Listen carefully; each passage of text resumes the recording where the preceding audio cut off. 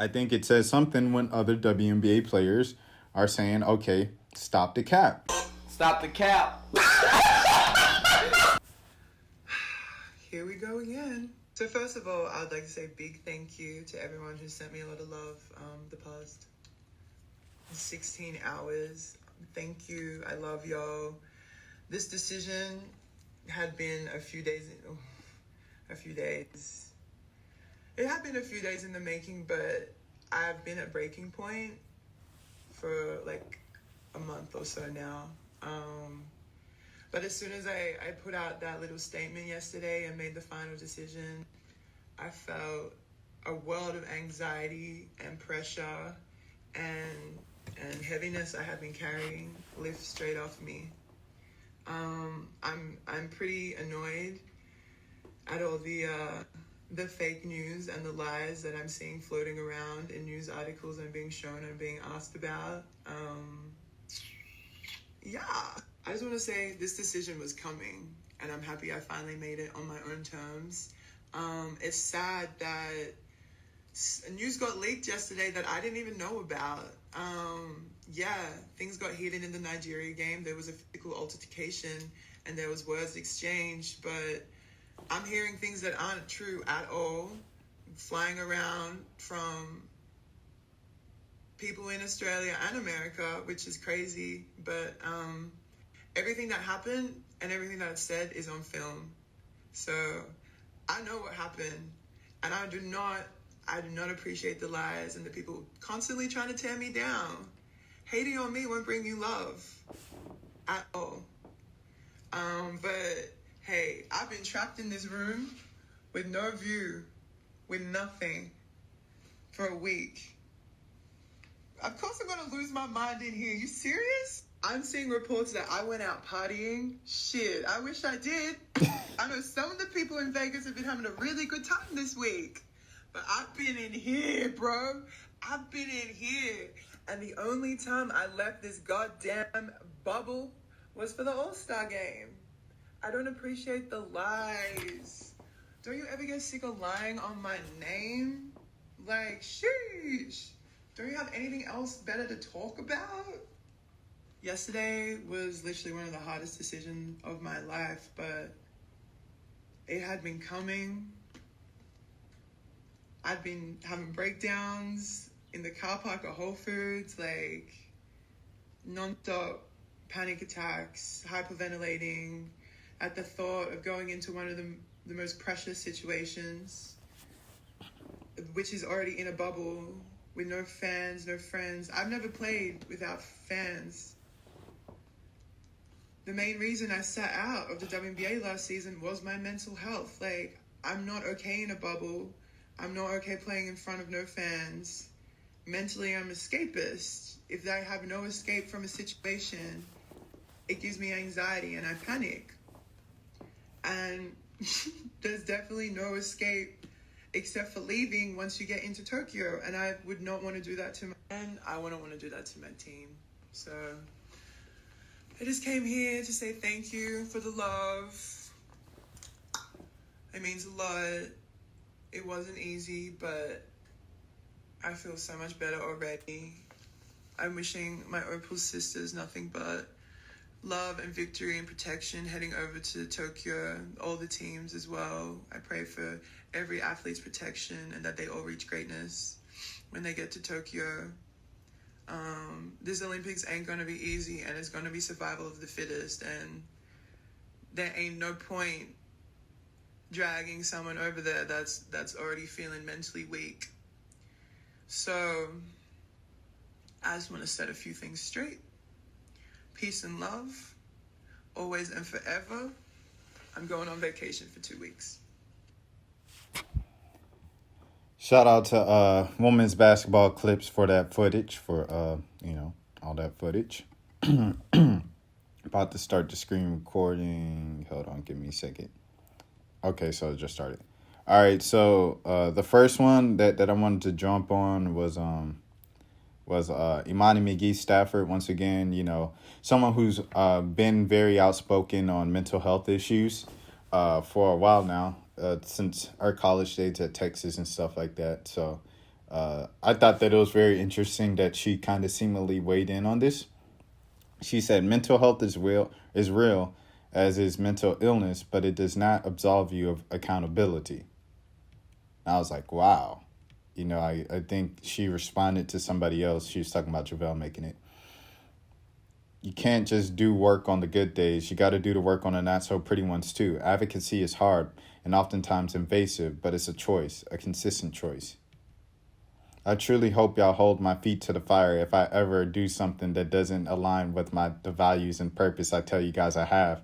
And many of you have. That's love. Oh, snap. Okay. Uh-oh. Oh, snap. Hold on. Let me see if she put anything else.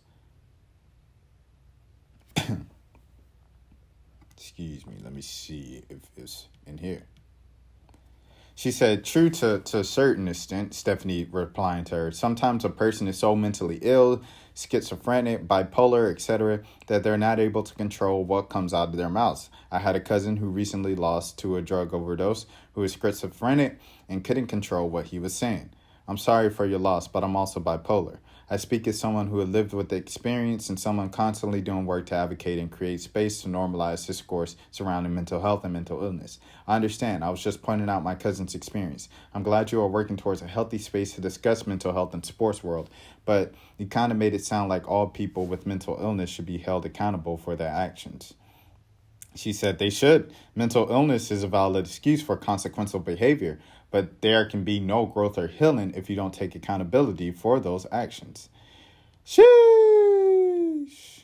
As much as I ran on here, though, it's been a while, and I'm due for a good one. I only talk about things I know, and I don't know a lot, so ... Uh-oh. All right. So here's another one. Diamond the Shields. So when we gonna act like we ain't hearing about what actually happened? The truth always comes to light. But until then, shaking my dang head. No, because we gonna talk about accountability, but what's happening right now is very much opposite. Shaking my dang head once again. And then a picture of the tea. Of Diamond the Shields sipping the tea. That's displayed here. So, and then I think Devereaux Peters said something too of like, how many times can she continue to get away with this? So I need to see the one where Devereaux Peters is talking. But she was like, how many times are we going to let someone get away with this? There it is. There's Devereaux. Thank you. Oh, she deleted it. Because I read these yesterday. I read them yesterday. I read all the little tea and all the how many times we going to let this happen and stuff like that. But here's one where she was just sipping the tea. And someone's like, y'all so jacked for this. And then what else someone said? Someone was like,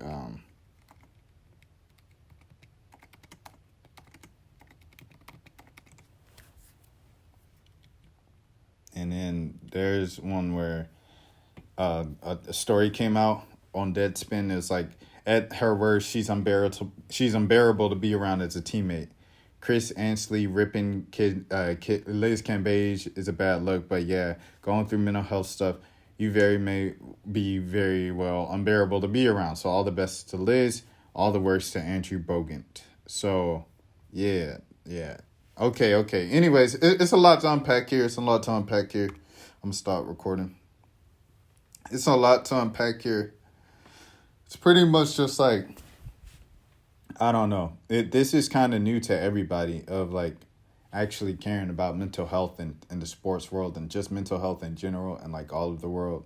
It's become such a movement that has picked up so fast. And I think a lot of it has to do with this technology, these phones, these laptops, the internet.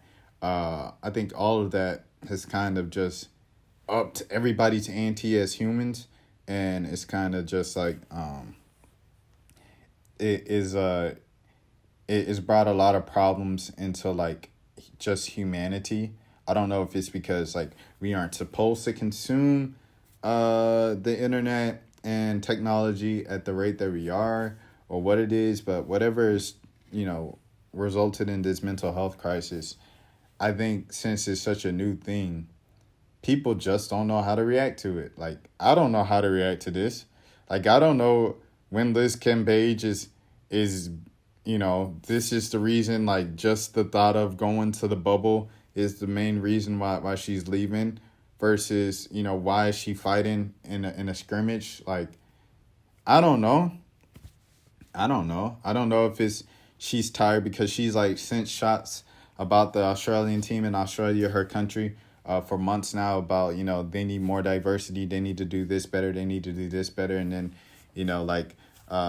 she gets into a fight and then they're saying, oh, we don't know if she can do it. And then all of a sudden she comes out with her own statement. I'm pulling out. Before you guys kick me off, I'm pulling out for my mental health. And it's something that she also did in Dallas where, she was in Dallas and she took a year off and she came back and she said it was for my mental health. And then she demands a trade and to Vegas. So it's like, is it mental health or did you just want to trade?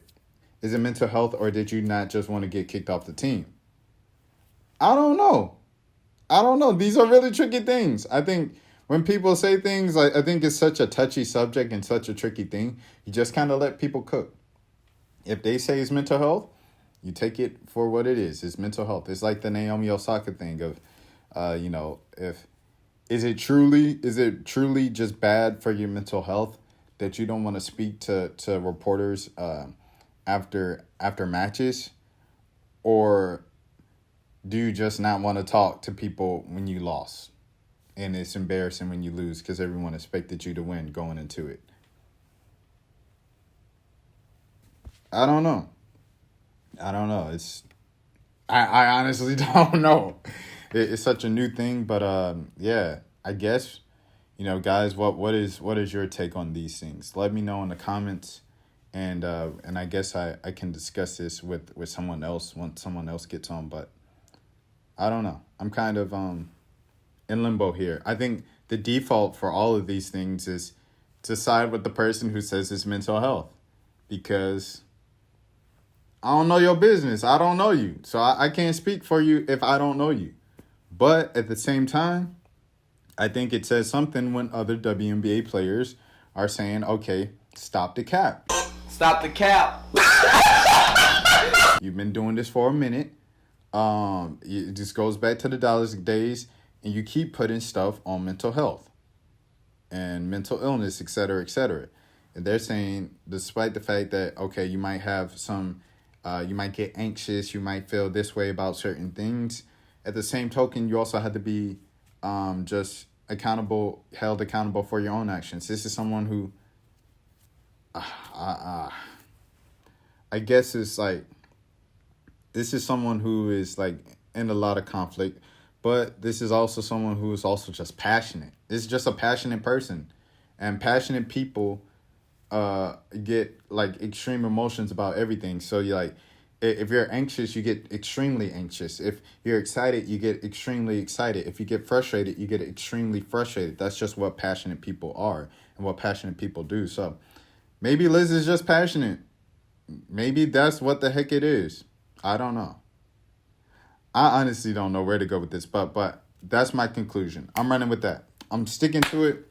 Liz Cambage is just a passionate individual, and that's what it is. But if you are new to the channel, this is the road to 2K subs. Let me know what you think in the comments of what is going on with Liz Cambage or just mental health. Where do you draw the line? Where do you think the line is with sympathizing and being empathetic towards people with mental health issues and concerns versus someone who is just using it as a scapegoat for taking accountability and being responsible and being an adult?